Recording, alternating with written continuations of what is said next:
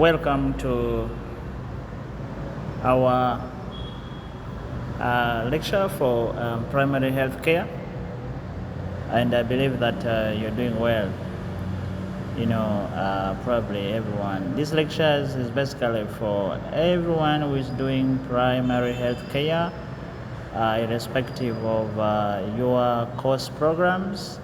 As long as you are doing primary health care, this is for you. So I welcome you to this lecture, and my name is James once again.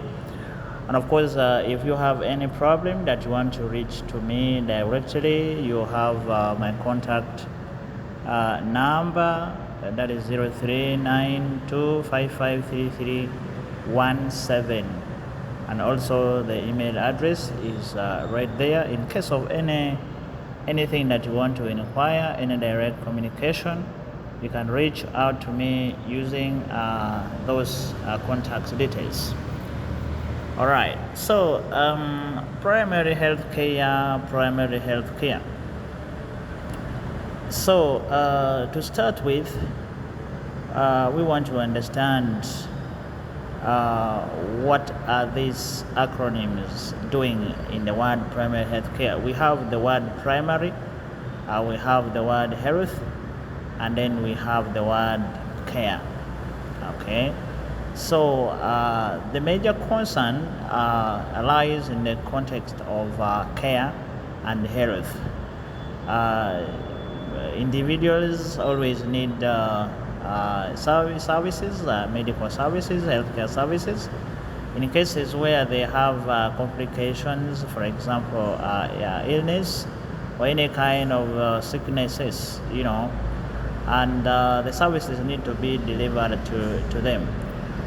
So primarily it would mean that there are certain service that needs to be provided basically as the first or initial steps in the process of either curing conditions, preventing or promoting a state of health.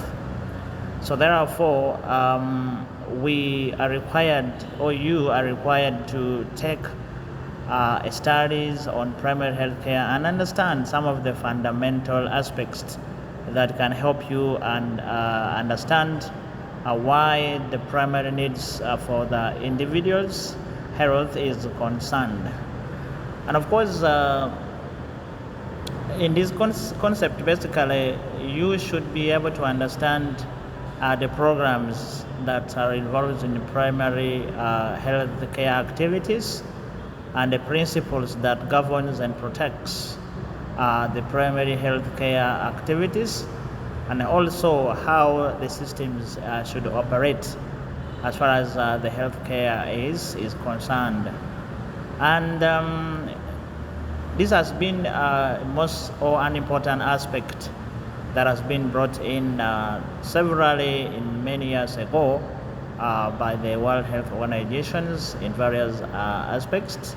So, before we can go into details, let's first of all start by defining what is health. Health is something that is not new, is a term that has been vigorously used in many ways by many people in different states and in various conditions. So we are going to define health as per WHO. So World Health Organization define health as a state of complete physical and social well-being, and not merely the absence of disease or infirmity. Now, when you talk about infirmity, we are referring to a state of mental weaknesses, and also it means that health is not about someone being okay, like you don't have any infections, you don't have any health complications. But health looks at the wider perspectives and aspects, to the extent of looking at your physical states. Are you physically fit? Are you physically healthy? And mentally, are you able to make decisions rightfully? and also your social well-being.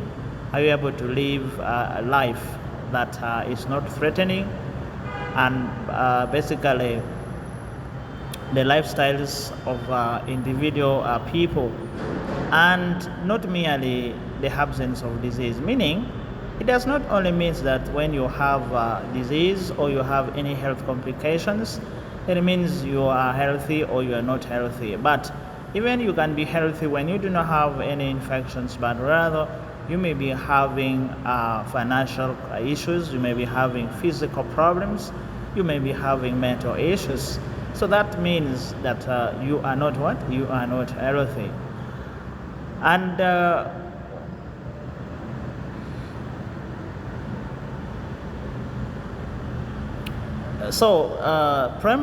health looks at a wider vigorous that will definitely include your physical states, mental states, your economic states, your psychological states, and all that. Anything or some of the health social determinants like social support, the like of finance or maybe economic states, because we understand that the classes of life really determines the life of individuals. When people tend not to have money, or maybe groups of people don't have money, like for example the poor and the rich, you realize that there will be a very big differences between the two as far as the health determinant is concerned. Among the two, you realize that the poor may not really live too long than the rich people. Why? Because first of all, what kills the poor in most cases can be prevented by a rich man. So a rich person's or a wealthy people could really be able to prevent a lot that could have shortened their death. So that explains the power of economic status or maybe financial status in people's life. So how should we define primary health care? We define primary health care as an essential health care based on practical, scientifically sound, and socially acceptable methods and technology made universally accessible to individuals and families in the community through their full participations and at a cost that the community and country can afford to maintain at every stage of their development in the spirit of self-reliance and determination.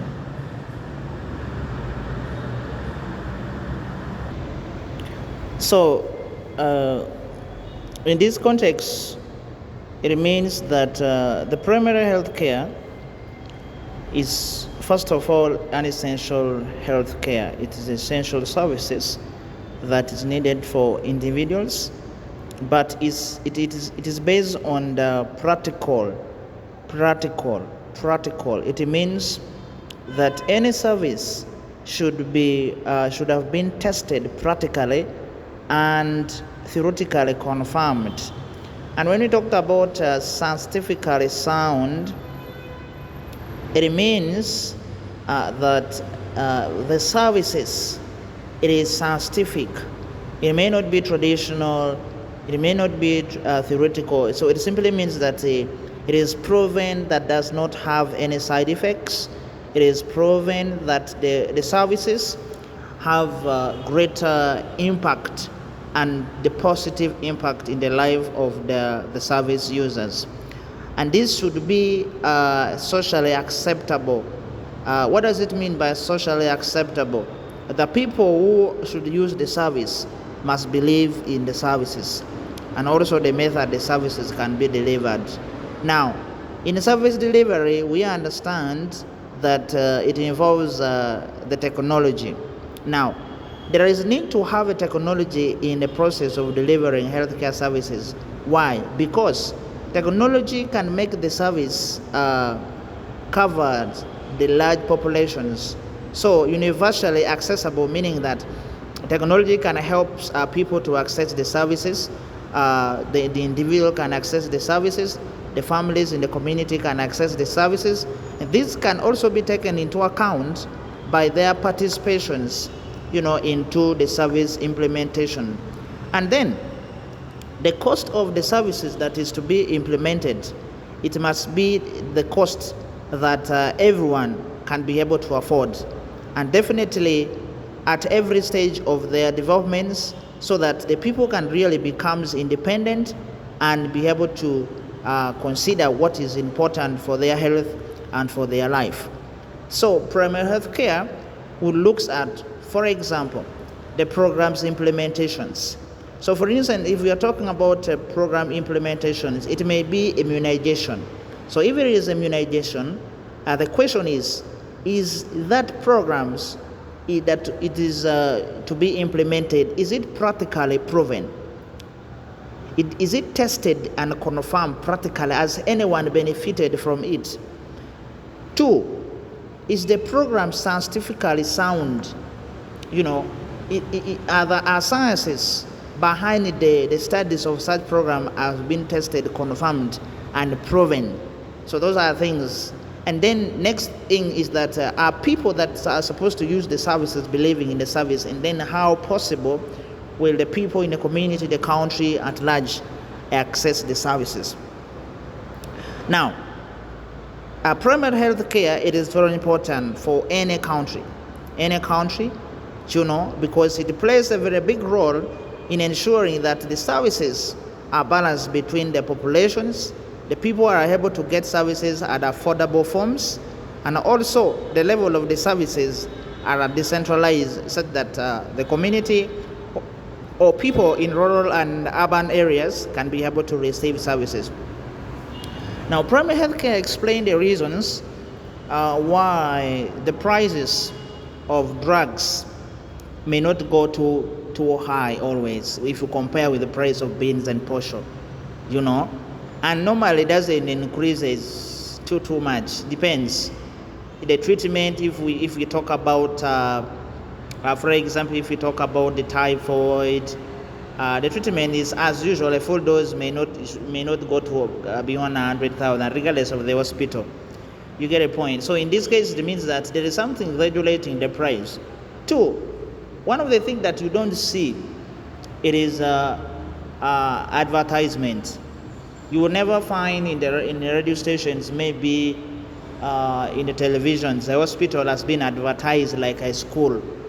Like we do this, we do that, we do this. If it is to be advertised, there is a way it is done, because first of all, it should not look like it is a business kind of something, orientations. It must have the set and the pulsations of its intention must be towards service delivery, saving life, protecting people, the community and their health, implementing and providing quality care services and all that. So that makes, the healthcare services quietly becomes different. Now, remember, I'm really working with you through this. I try to explain some of the things that you can be able to add into your self-revisions so that you can understand properly. Now let's look at the principles of primary health care and the approaches of primary health care. So we have, number one, we have what we are calling intersectoral collaborations. We have community participations. We have appropriate technology. We have what we are referring as equity. We have what we are calling focus on preventions and health promotions. And then finally, we have decentralizations. So these principles and approaches, these are the guidelines that we follow whenever we are implementing any primary healthcare services, and also how we can actually execute those programs and achieve the objectives of healthcare service delivery. So starting with the intersectoral collaborations, we are saying that intersectoral collaboration is one of the key principles of primary health care. It means a joint concern and responsibility of sectors responsible for development in identifying problems, identifying programs, and then undertaking tasks that have an important bearing on the human well-being. So, the practice of primary health care must follow this guide and use it as an approach, which talks about problems identifications. In the community, you look at what is happening, why are people falling sick, and where is it happening, and when did it start, and then how can it be managed. So, intersectoral collaborations. Okay, so we are continuing by saying that health has several dimensions that can be affected by other sectors. This cause of ill health is not limited to factors related to health sector. Now, when we talk about ill health, we are referring to physical and mental inability, or maybe someone being in a position of not, easily developing of physical health complications, physical conditions, we can call it physical medical conditions, and also mental medical conditions. These seem to be the highest problems, and we are saying such kind of challenges or such kind of services can actually be influenced by different factors. So we are asking that why is intersectoral collaboration important? Number one, we are saying that to save resources, to ensure that resources are used effectively. Why? Because if you identify the problems, it means you use the resource to really solve the problem, than trying to solve the problem that is not being identified, and then later you realize that no problem has actually been solved. Two, to improve the health of the populations. Improving the health of the populations. How does intersectoral collaborations improve the health of the populations? Definitely, if the resources has been effectively used and utilized, and then definitely we hope that the community, the population can really be healthy. And like, for example, in our healthcare systems, we may have corruptions. So corruptions may interfere with the health services, because the resources, you find that resources are not being utilized effectively, and the populations really pay the price. Because when there is lack of services in the facility, like when you take a walk in some of the facility, you will see that even Panadol is not there.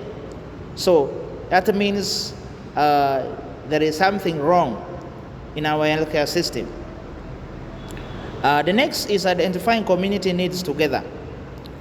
Identify community needs together. So we talked about also some of the sectors that need to work together in order to deliver effective services, ensuring that the resources has been saved, ensuring that there is improvement of the health of the people. So those sectors includes all the sectors that are in the process or part of the development process. Such can be the sector of health, agriculture, because health is concerned about the physical, mental, and economic, and then mental states of individuals. And then agriculture, it is concerned about food and diet. And then education is concerned about personal development skills. Availability of the information is very important. Transport and communications, housing, and non-governmental organizations. These all must actually work together to ensure that effective health services are delivered. And what really hinders these collaborations and this partnership is only lack of communications between different sectors. So if health sector, agricultural sector, education sector, information, transport, and communication, housing, and non-governmental organizations are really not linked in terms of communications, definitely it will affect those objectives that we have just looked at. The question is, how can we promote intersectoral collaborations? And we are saying that we can really do this by forming bodies from relevant agencies and elders at different levels, starting from the community. That means that we would need the representatives. We can say is that communities can often respond more readily to broad approaches to problems of development than to fragmented sector or by sector approach. So that would be the best way that such programs or collaboration can really be promoted. So the next principles is community involvement or community participations. So we started by dividing community as collections of people living together in some form of social organizations and cohesions. So cohesions basically mean the actions or fact of forming a united world. So its members, all the members of the community shares various informations at different degree levels, for example, like politics, economics, social and cultural characteristics, as well as interest and aspirations, including health as well. So community involvement is a process by which individuals and families assume responsibility for the community and develop the capacity to contribute to their health and community's development.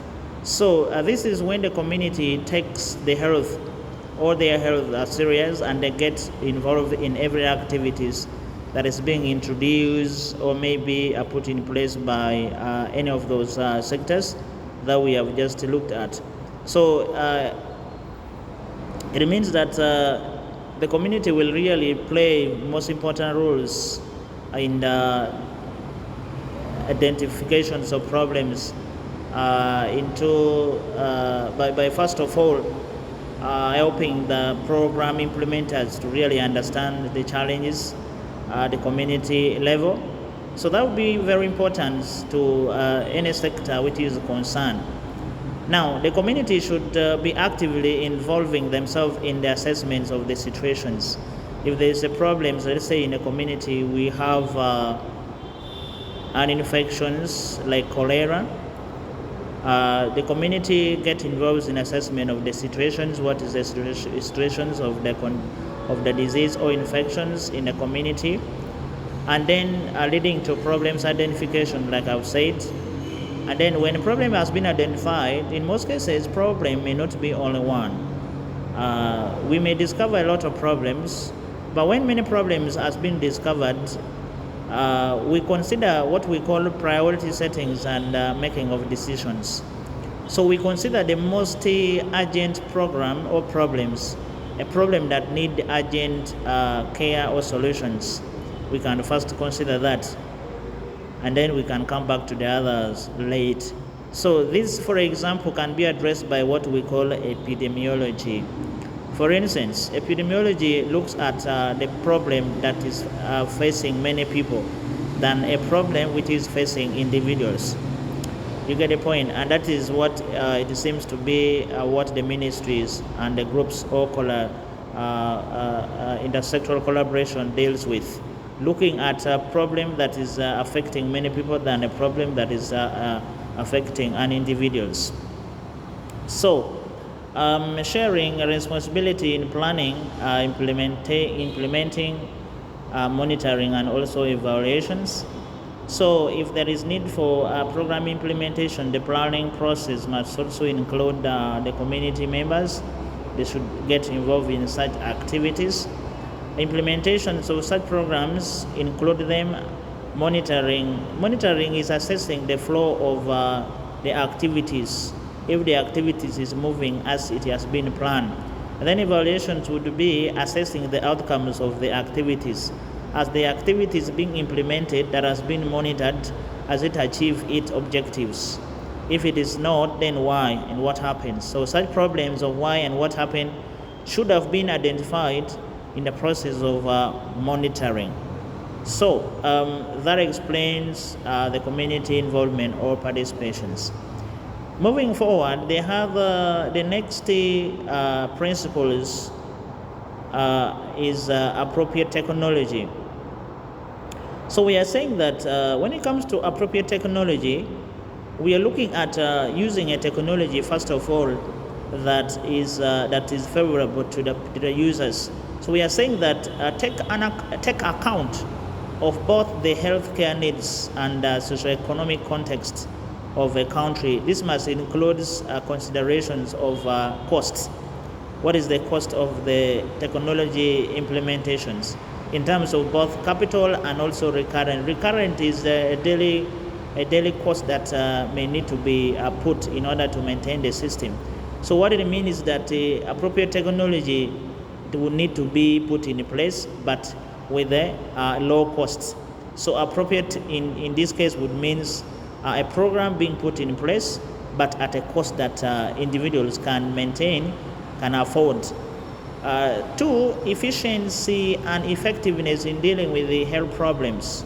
So efficiency would mean that using something, first of all, utilizations of resources, for example, that is doing things without wasting.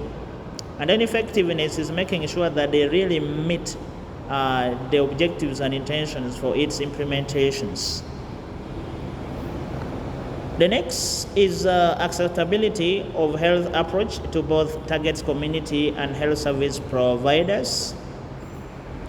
So the technology must be able to really help in problem solving as per the target of the program implementations in the first place. And we're talking about a broader social and economic effect, having an impact which is positive on the social and economic impact of the country, the community as well. And also sustainability. The technology should be in the capacity that it can be maintained. The equipment is maintainable, and also if in terms of replacements, the community can be able to manage and deal with it by themselves. And also we have, based on this point, we are saying all levels of health systems have to review their methods, equipment, and techniques. So in terms of considering whether the technology is appropriate or not, you looked at 4 things. 1, effectiveness. 2, locally sustainable. 3, possessive of an evolutionary capacity. 4, environmentally accountable. And then finally measurable. So you look at all these. First of all, it must be effective. What does it mean? It must be able to work and fulfill the purpose under which it has been implemented for, which must be culturally acceptable and valuable, affordable, and also cost effective. Locally sustainable means that people within that area should be able to maintain and handle such kind of program by themselves. And then possessive of an evolutionary capacity is basically when the benefits of that programs can really be higher than the disadvantage. So we are saying that technology is highly appropriate if its introductions and acceptance can lead to further benefits. Environmentally accountable, the technology should be environmentally harmless and at least minimally harmful. So when you talk about minimally harmful, it means we are understanding that actually technology may not completely be harmless. But if it is harmless, if it is harmful, it must be minimally, because everything cannot be, everything have the advantages and disadvantages. But that's what it means is that the advantages should be outweighing the disadvantages. And then finally, measurable. That means the impact of performance of any technology needs a proper and continuing evaluations if it is to be widely recommended. So it should be something that really we can look at it and we say, okay, I think we see the benefit of it. We see that this is how it can be done and this is how it can be managed. So something measurable is something that when you look at it, you really find a clear picture of everything, even forecasting the future perspectiveness. So we are having equity. Equity basically looks at equitalizations of the services, and I will not complicate it by saying equity is concerned about equal distribution of services. For example, in a community or in a society, we say everyone must have access to health. Everyone must have access to the healthcare services. Everyone must be provided services just like it's provided to any other persons. Okay, so equity is just like, as you know, it is a balancing of services between the populations. Therefore it means there is no need of saying so and so is poor and therefore he can't afford, and of which he cannot be able to benefit from such kind of services. So please, the next things we have here, maybe when I pop up, I will definitely talk about the components or elements of primary health care. And the element of primary health care, I will talk about immunizations. Mainly, I will talk about immunizations mainly. The rest is actually quietly understandable. But definitely, I'm always available, like I said in the beginning. In any problems, you can drop in questions. Any terms that is disturbing, please, you can drop it on WhatsApp. I am always there to help you to make sure that you get the best. Otherwise, thank you for now, and thank you for that brief summaries of the lectures. See you next time.